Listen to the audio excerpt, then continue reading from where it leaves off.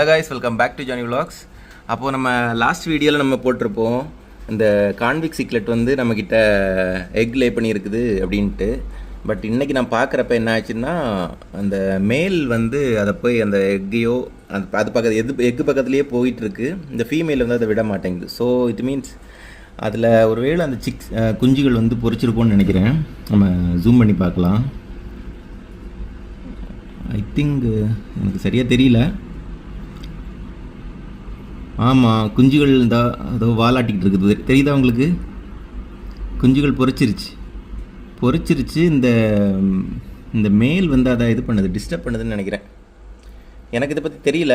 கான்விக் cichlid வந்து male female ரெண்டுமே சேர்ந்து குட்டிங்களை வந்து காப்பாற்றுமா அப்படின்ட்டு.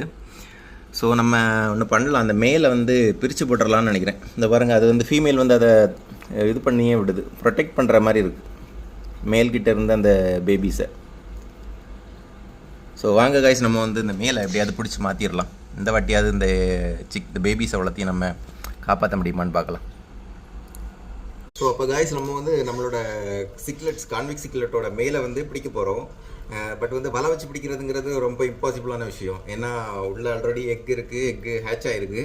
நம்ம வலை வச்சு பிடிக்கும்போது மேபி அந்த ஃபீமேலும் டிஸ்டர்ப் ஆகிறதுக்கு சான்சஸ் இருக்குது. ஸோ அதனால் நான் வந்து ஒரு சின்னதாக ஒரு தூண்டில் ரெடி பண்ணியிருக்கிறேன். ஐயோ, இந்த மாதிரி ஒரு சின்ன ஹுக் செட்டப் பண்ணி இதில் வச்சு நம்ம பிடிக்க போகிறோம். வாங்க ட்ரை பண்ணி பார்ப்போம். காய்ஸ், நம்ம வந்து தூண்டில் ரெடி பண்ணியாச்சு. நம்ம சேம்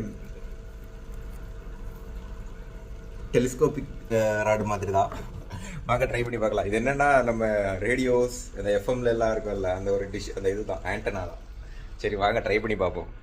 நம்மளோட தூண்டில் ரெடி. நம்ம இப்போது ட்ரை பண்ணி பார்க்கலாம். ஐயோ, எங்கடா போச்சு? வந்தாச்சு, போட்டாச்சு. பார்க்கலாமே. ஐயோ டேய், விழுங்கடா. விழுங்கிட்டான். ஐயே காய்ஸ், நான் ஃபிஷ் காய்ஸ் எப்படி ஹூக் ஆகிருக்குன்னு பாருங்க. இதை ரிலீஸ் பண்ணியாச்சு. நம்மளோட டேங்கில் வந்து இங்கே ஷிஃப்ட் பண்ணிடுவோம். ஸோ நம்ம அதை ரிலீஸ் பண்ணியாச்சு.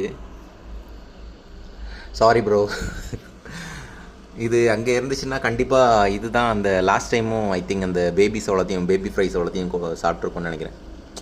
சரி, இந்த வாட்டியாவது இதை எப்படியாச்சும் காப்பாற்றணுங்கிற ஒரு இதுக்காக தான் நான் இதை இது பண்ணேன். சரி ஓகே, நம்மளோட எப்படியோ பிளான் வந்து எக்ஸிக்யூட் பண்ணி சக்ஸஸ்ஃபுல்லாக முடிச்சிட்டேன். ஓகே கைஸ், உங்களுக்கு இந்த வீடியோ பிடிச்சதுன்னா லைக் பண்ணுங்கள். தேங்க்ஸ் ஃபார் வாட்சிங். Love you all.